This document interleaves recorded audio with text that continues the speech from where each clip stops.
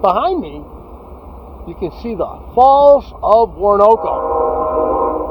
And you can hear old 97 heading down to Boston to Albany.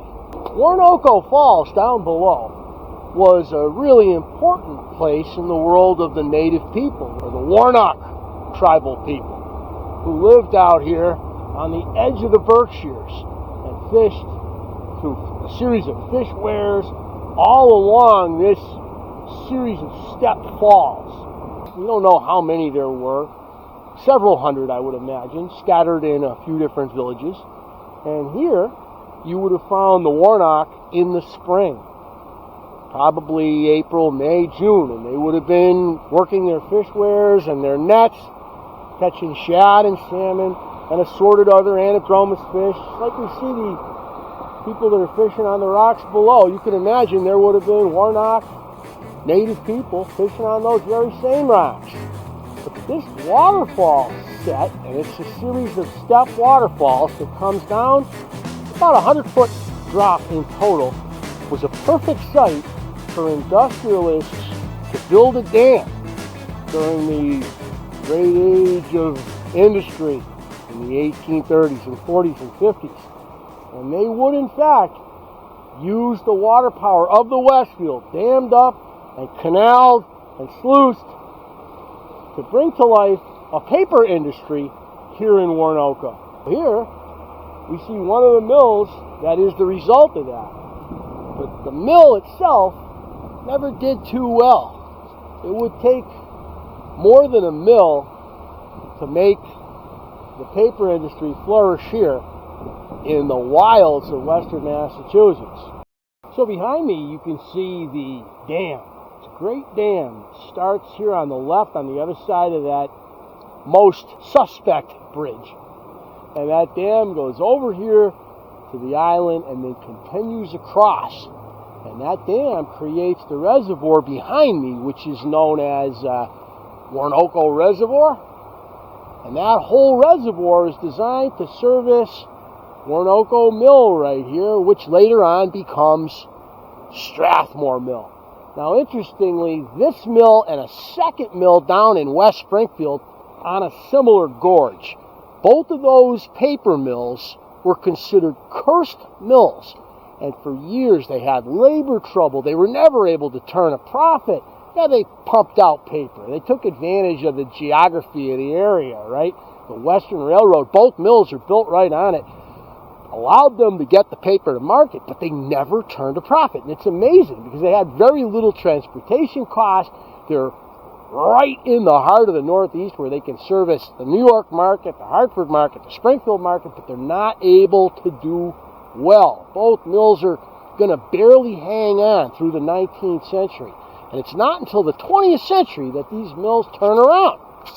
So, this mill, like its counterpart in West Springfield, was considered cursed for years without turning a profit. Labor problems, problems with some of the other local industries that, industries work together hand in hand, so point being, never turned a profit until it was purchased by a gentleman from Ticonderoga, New York, named Horace Moses. And what Moses does is he immediately looks at his employees and basically asks them what a fair wage ought to be for the jobs that they're doing. At which point, sitting down at the table, he agrees to give his employees not only a fair wage, a wage that they would be proud to talk about with their friends, but he begins the construction up the river, and this is a beautiful river valley. Look across, you can see Toccoa Mountain in the distance. He begins construction of a vacation resort, I guess, if you're thinking about early 20th century resorts. He creates a vacation resort that he calls Strathmore Park, where the workers from this mill and the workers from the mill down in West Springfield can go on weekends, can rent little cabins on vacation, have a family vacation on the banks of Woronoco Reservoir, beautiful Westfield River Valley. He immediately turns around this factory, and the paper starts flowing, as do the profits. Take a look at this. And I'm making this video because, as you can see, it's about to come down. It's been abandoned for years. It went out of business.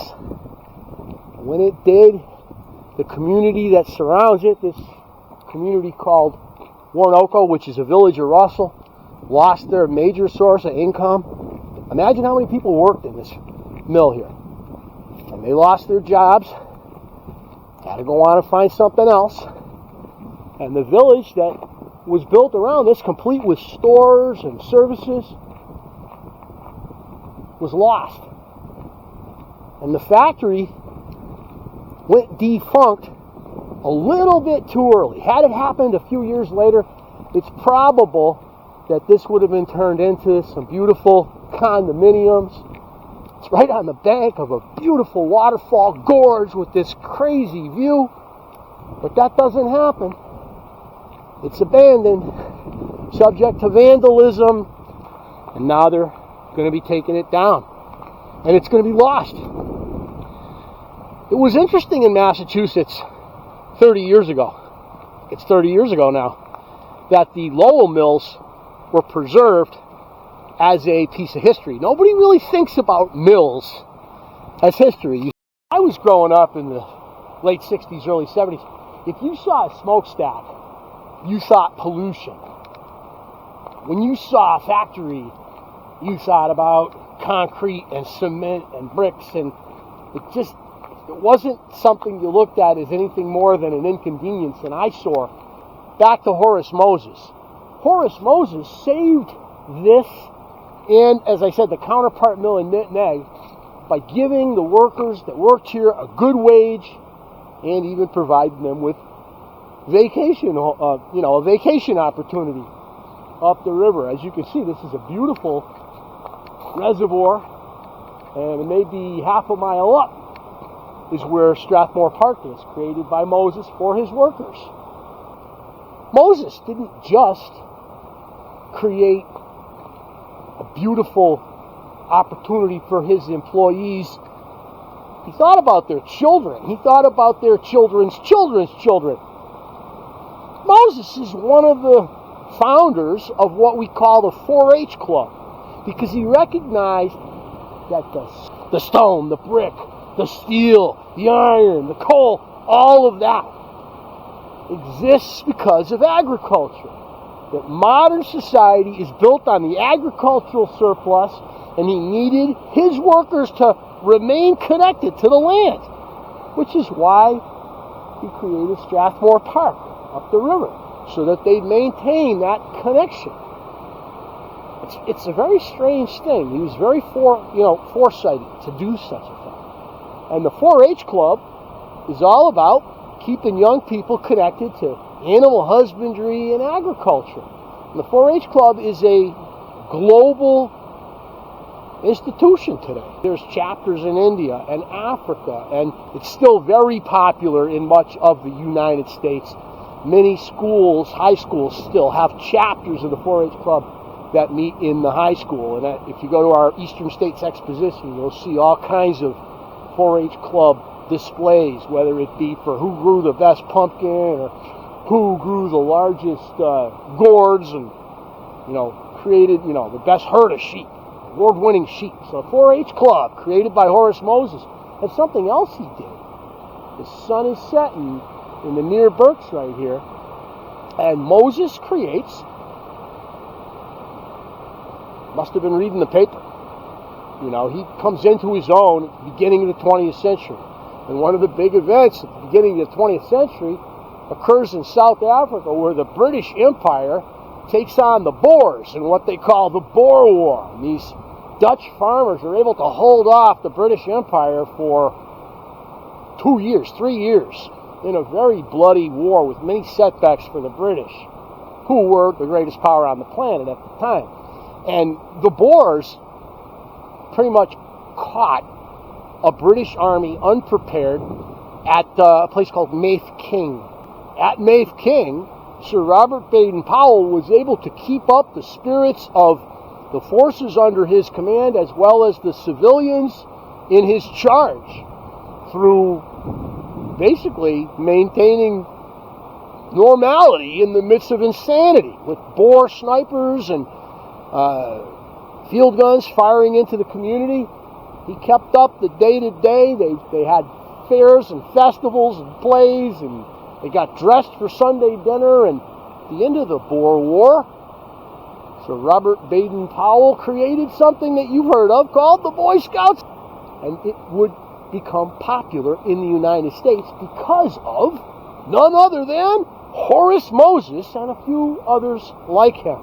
Because they recognized, again, that get-going, that we can do it spirit that the Boy Scouts have would be necessary to make America great. It'd save the British at Mafeking, and maybe it would save America.